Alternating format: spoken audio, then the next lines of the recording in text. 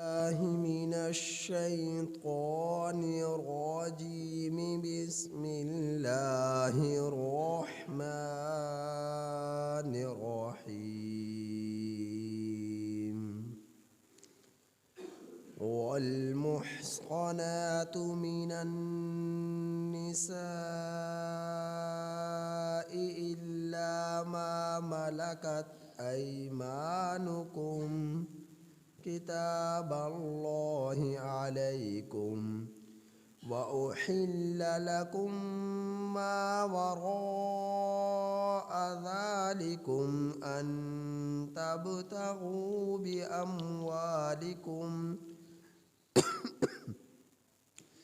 بأموالكم محصنين غير مسافحين، فما استمتعتم به منهن فآتوهن أجورهن فريضة، ولا جناح عليكم فيما تراضيتم به من بعد الفريضة، إن الله كان عليما حكيما۔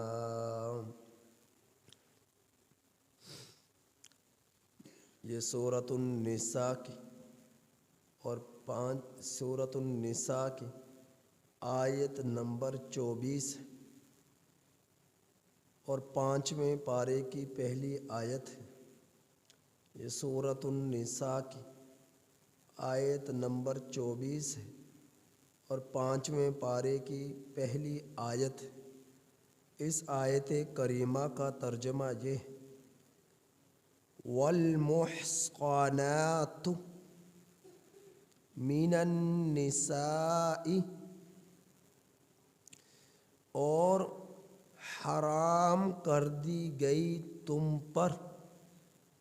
نکاح میں رہنے والی عورتیں، اور حرام کر دی گئی تم پر والمحصنات، وہ عورتوں میں سے، من النساء،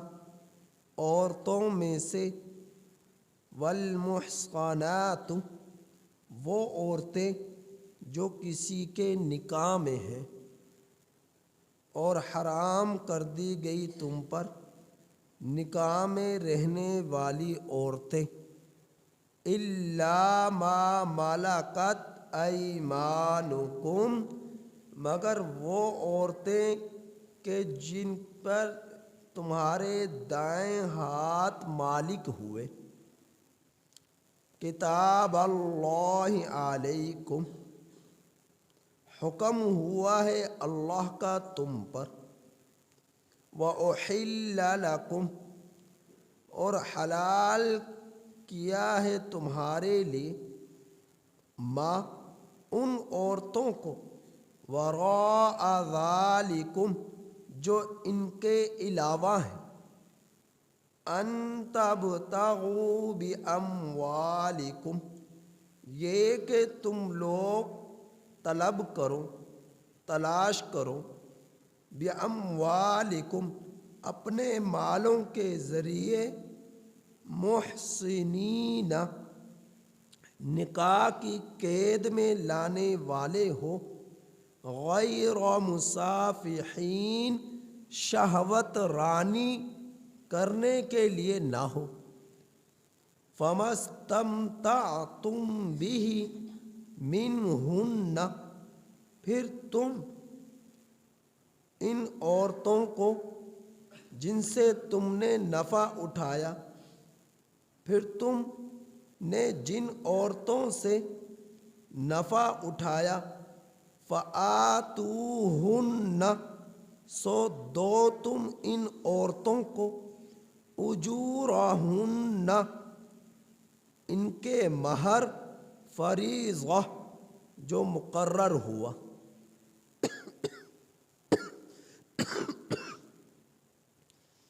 ولا جناح علیکم،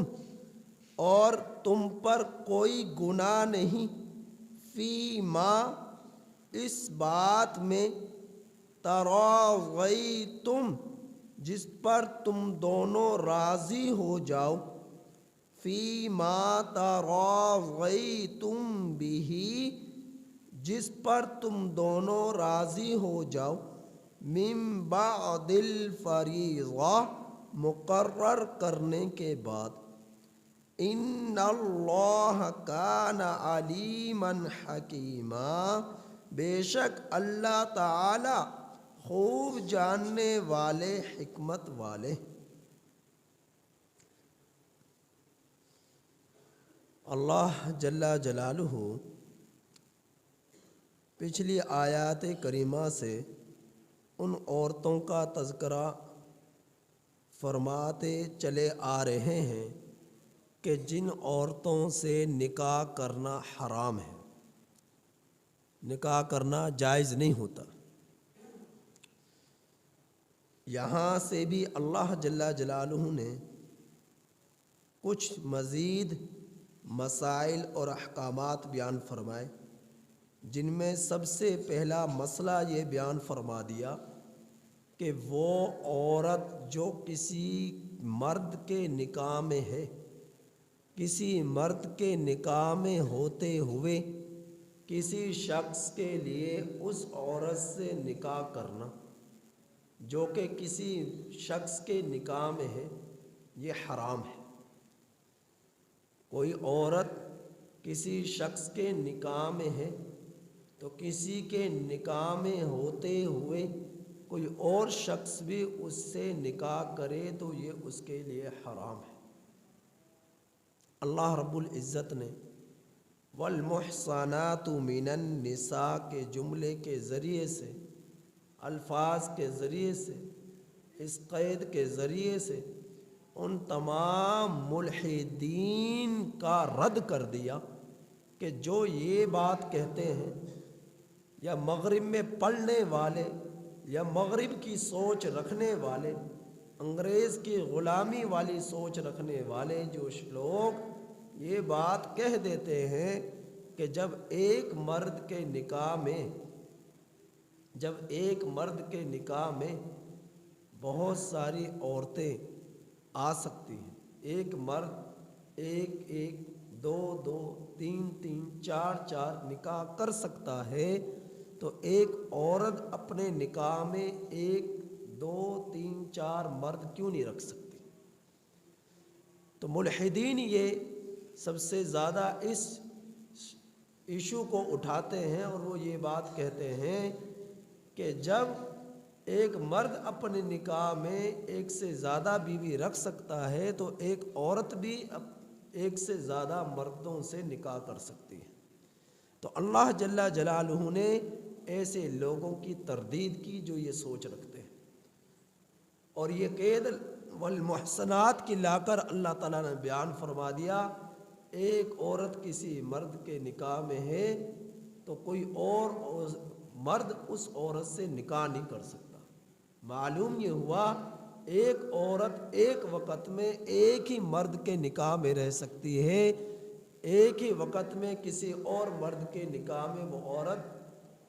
نہیں آ سکتی، یہاں تک کہ اس عورت کا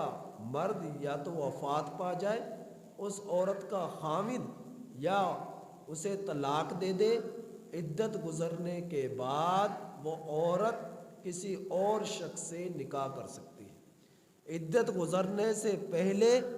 نہ وہ کسی اور شخص سے نکاح کر سکتی ہے، اور اسی طرح پر نکاح میں رہتے ہوئے کسی اور شخص کے نکاح میں وہ آ سکتی ہے۔ اس کی کئی وجوہات ہیں۔ اللہ رب العزت نے جو حکم دے دیا، ہمیں بغیر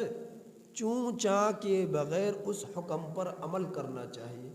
اور اللہ کے حکم پر لبیک کہنا چاہیے، اور اسے ہمارے دماغوں میں اس حکم کی حکمت سمجھ میں آئے یا نہ آئے، ہم نے اللہ رب العزت کے حکم پر بغیر چوں چاں کے بغیر فوراً اس پر لبیک کہتے ہوئے عمل کرنا، یہ ہمارا اپنے رب کے اتباع میں، اس کی محبت میں، اس کے عشق میں، اور اس کے عذاب کے خوف سے اور اس کی محبت کے غلبے کی بنا پر ہم لوگوں کی حالت اور کیفیت یہ ہونی چاہیے کہ اللہ جل جلالہ کی طرف سے جو حکم ہو جائے تو پھر اس میں حکمتیں تلاش نہ کریں۔ لیکن کچھ باتیں علماء نے اس کے ضمن میں لکھی ہیں کہ اگر ایک عورت کئی شخصوں کو نکاح میں رکھے گی، اس سے نقصان سب سے بڑا یہ ہوگا کہ اولاد اللہ رب العزت اس عورت کے بدن سے دے رہا ہے، اس اولاد کا نسب ثابت نہیں ہو سکے گا۔ یہ کس کی اولاد ہے؟ اب کئی شخصوں کو اس عورت نے نکاح میں رکھا اور اس کے ضمن میں انہوں نے اپنے خواہش نفسانی کو اس سے پورا کیا، اس کے ضمن میں جو اولاد آئی تو نسب ثابت نہیں ہوگا کہ یہ اولاد ہے کس کی، اور پھر اس سے والدین اور اولاد کے حقوق پامال ہوں گے کہ اولاد جب والدین کوئی بھی اسے اپنی اولاد ماننے کے لیے تیار نہیں کہ کس کے نطفے سے اللہ نے اس اولاد کو وجود دیا ہے، تو پھر اس اولاد کے حقوق کا بھی خیال کوئی بھی شخص نہیں کرے گا، اور اولاد اپنے والدین کے والد سمجھنے کے اعتبار سے، باپ سمجھنے کے اعتبار سے کسی اپنے والد کے حقوق کا خیال نہ کر سکے گی۔ تو یہ سب سے بڑا یعنی نقصان ہوا۔ اور دوسرا یہ کہ اس سے نکاح کا مقصد یہ ہوتا ہے پاکیزگی، پاک دامنی اور نسل انسانی کی بقا، نہ یہ کہ شہوت رانی کی بقا۔ تو اللہ رب العزت نے نسل انسانی کی بقا کے لیے نکاح جیسے متبرک جو ہے رشتوں کو جوڑا ہے، مبارک رشتے کو اللہ رب العزت نے وجود عطا فرمایا ہے۔ اگر نکاح سے صرف شہوت رانی مقصد ہو تو اس سے کیا ہے، اللہ اسلام اجازت نہیں دیتا، اس سے اسلام اجازت نہیں دیتا۔ تو یہ جو اور پھر انسانوں میں جو نر ہے، مرد ہے، عورت کے مقابلے میں صحت میں، طاقت میں زیادہ مضبوط ہوتا ہے اور عورت کمزور ہوتی ہے، اور سال بھر میں بہت سارے ایسے مواقع آتے ہیں کہ جن میں وہ اپنے خاوند کے قریب نہیں جا سکتی، یعنی اپنے خاوند کو اس کی خواہش کو تکمیل دینے کی اجازت نہیں دے سکتی، جبکہ خاوند کے لیے سال بھر میں کسی دن میں بھی کوئی دن ایسا ممنوع نہیں کہ جس میں وہ اپنی خواہش اپنی بیوی سے اسے تکمیل نہ دے سکے۔ تو اس اعتبار سے بھی ایک مرد تو کئی عورتوں کو اپنے نکاح میں رکھ سکتا ہے، لیکن ایک عورت کئی مردوں کو اپنے نکاح میں نہیں رکھ سکتے۔ تو اللہ جل جلالہ نے اس میں آیت کریمہ کے اندر جو ہے مطلقاً ممنوع کر دیا اور حرام قرار دے دیا کہ ایک عورت اپنے نکاح میں کئی مردوں کو بیک وقت نہیں رکھ سکتی، یہاں تک کہ اس کا خاوند فوت ہو جائے یا کسی سے اسے طلاق مل جائے، عدت گزر جائے، عدت پوری کرنے کے بعد پھر وہ کسی اور شخص سے نکاح کر سکتی ہے۔ آگے میرے رب نے فرمایا اِلَّا مَا مَلَكَتْ أَيْمَانُكُمْ، مگر وہ عورتیں جو ان کے تمہارے دائیں ہاتھ مالک ہیں، وہ عورتیں کہ دارالسلام سے مجاہدین کی جنگ چھڑی، جہاد ہوا دارالحرب کے کافروں سے، نتیجے میں اللہ رب العزت نے مسلمانوں کو فتح عطا فرمائی، اور پھر مال غنیمت میں کچھ عورتیں بھی قید ہو کر آئی کافروں کی۔ اب جب وہ قید ہو کر آئی ہیں تو قید ہونے کے بعد جو امیر المجاہدین ہے وہ کیا کرے گا، اس عورت کا عدت گزرنے کے بعد ایک حیض اس کی عدت پوری ہو جانے کے بعد جو کیا کرے گا، آگے اس کا نکاح کسی اور یعنی مسلمان سے کرا دے گا، اب اگرچہ دارالحرب کے اندر اس عورت کا کسی شخص کے وہ نکاح میں تھی، لیکن دارالسلام میں جب مسلمانوں کے قید میں ہو کر وہ آ گئی مال غنیمت کی صورت میں، تو اب اس سے وہ نکاح ختم ہو جائے گا۔ اور دارالسلام کے اندر امیر المجاہدین اس عورت کو، باندی کو، مال غنیمت کے طور پر جس طرح آتی ہے مال آتا ہے، اسی طرح اسے بھی کسی کو حصے میں جو آئے گی اسے دے دے گا، اور اس سے وہ نکاح بھی کر سکتا ہے، اسے اپنے مملوکہ بنا کر بھی اسے رکھ سکتا ہے، اس سے نفع بھی حاصل کر سکتا ہے۔ اور اسی طرح پر اگر دارالحرب کے اندر جو کافروں کا جہاں پر گڑھ ہے، پورے جو ہے زمین کافروں کی ہے، وہاں پر ایک شخص کافر ہے، اس کی بیوی بھی کافرہ ہے، لیکن بیوی مسلمان ہو جاتی ہے اور خاوند کافر ہی رہتا ہے، اس صورت میں بھی ان کا نکاح پھر ختم ہو جائے گا، یہاں تک کہ اس کا خاوند یا تو وہ بھی مسلمان ہو جائے۔ اگر وہ مسلمان نہیں ہوتا، بیوی مسلمان ہو جاتی ہے، تو اس صورت میں اس کا نکاح ختم ہو جائے گا، نکاح ختم ہو جائے۔ اور اسی طرح پر دارالسلام کے اندر اگر ایک شخص، دو میاں بیوی کافر ہیں، ان میں سے ایک یعنی بیوی مسلمان ہو جاتی ہے، تو حاکم وقت جو ہے، قاضی جو ہے یا مسلمان جو ہے، اس کے خاوند کو بھی اسلام پیش کریں گے۔ وہ اسلام کو قبول کر لے تو ٹھیک، اگر وہ اسلام کو قبول نہیں کرتا، کفر ہی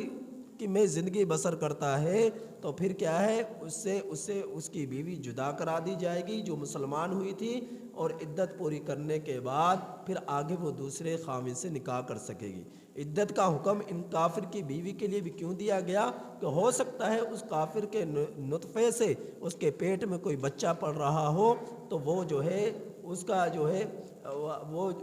جو ہے ازالہ ہو جائے، اس بچے کی پیدائش ہو جائے، اور اس کے بعد وہ دوسرے خاوند سے نکاح کر سکے۔ اگر عدت کے دوران ہی وہ نکاح اگلے خاوند سے کر لے، تو یہ نہیں پتہ چلے گا کہ یہ بچہ ہے کس کا، پہلے خاوند کا ہے یا اس خاوند کا ہے۔ تو اس وجہ سے حکم ہوا کہ عدت پوری کرنے کے بعد آگے وہ دوسرے شخص سے وہ نکاح کر سکتی ہے، عدت پوری کرنے کے بعد۔ تو اللہ تعالیٰ نے اس آیت کریمہ میں بیان فرمایا، الا ما ملکت ایمانکم،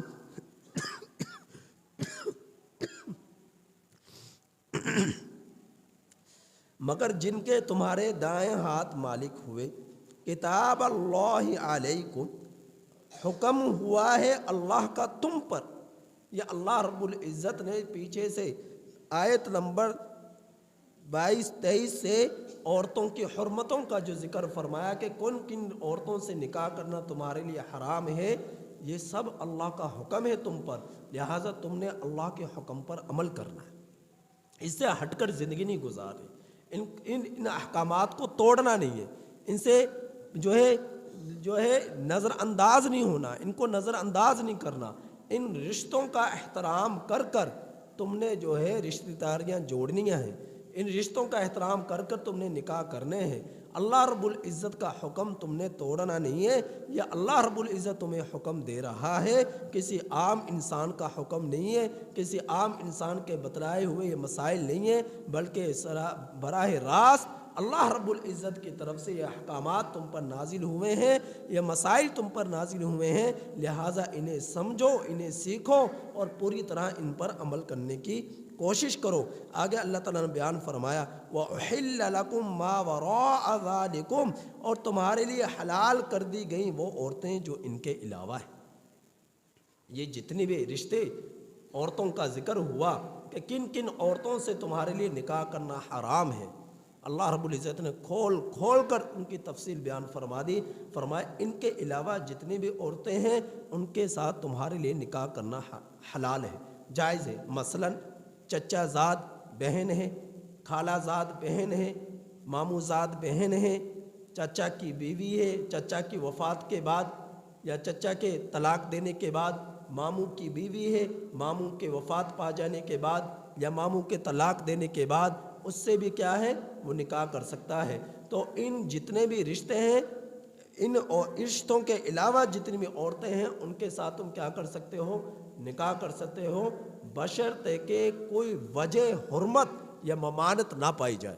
نکاح کرنے میں۔ اگر کوئی وجہ حرمت ممانعت نکاح کی پایا جائے، کوئی سبب ایسا ہے جو لوٹ آئے دوبارہ سے جو حرمت پر دلالت کرے تو ایسے حرمت پر دلالت کرنے والے پائے جانے کے سبب کی بنا پر وہ نکاح نہیں کر سکتا اس عورت سے۔ اس کے علاوہ جو ہے جتنی بھی عورتیں ہیں ان سب سے اس کے لیے نکاح کرنا جائز ہے، حلال ہے۔ اللہ تعالیٰ فرما رہے ان تبتغوا باموالکم محسنین،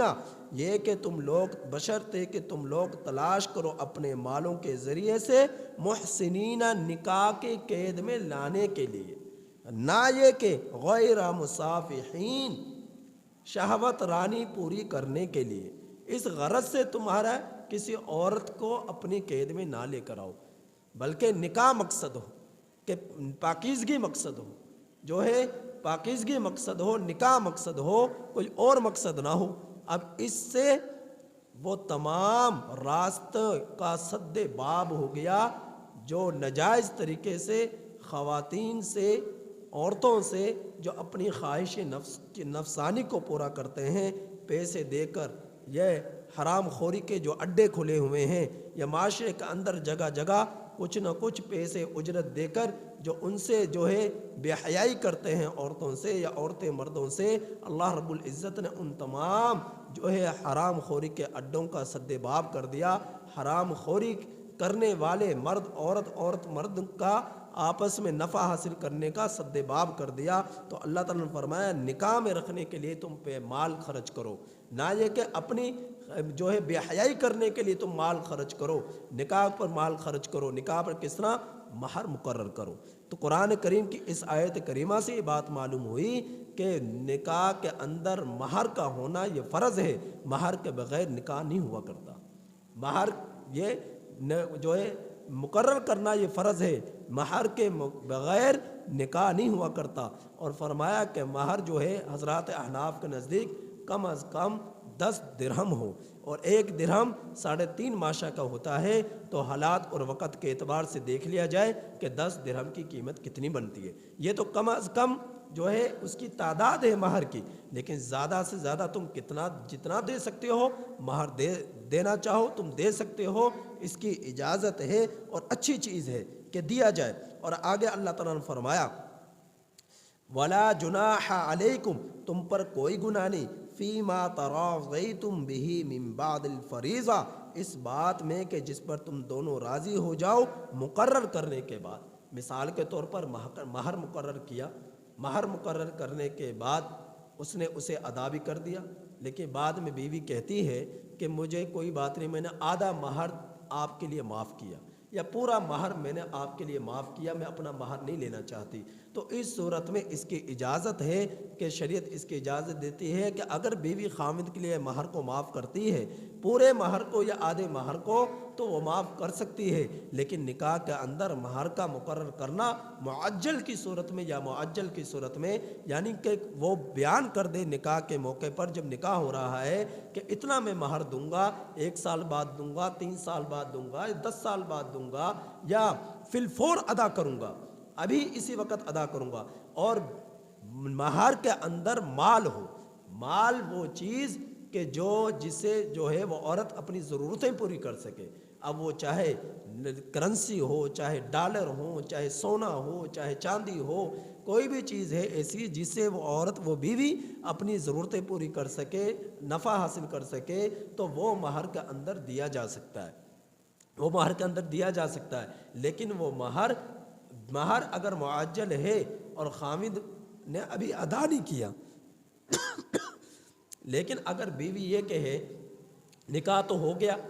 لیکن میں اس وقت تک اس کے پاس نہیں جاؤں گی جب تک میرا مہر یہ ادا نہیں کر دے گا، تو شریعت اس کی بھی اجازت دیتی ہے کہ یہاں تک کہ وہ مہر ادا کرے، اور اس کے بعد جو ہے وہ بیوی اس کے پاس خاوند کے ہاں رخصتی کروا سکتی ہے۔ اگر مہر اس نے نہیں دیا تو بیوی خاوند سے دور رہنے کی اس کے لیے گنجائش ہے، اسے گنجائش ہے۔ ان آیت کریمہ سے ایک مسئلہ اور معلوم ہوا، اور وہ ہے نکاح متع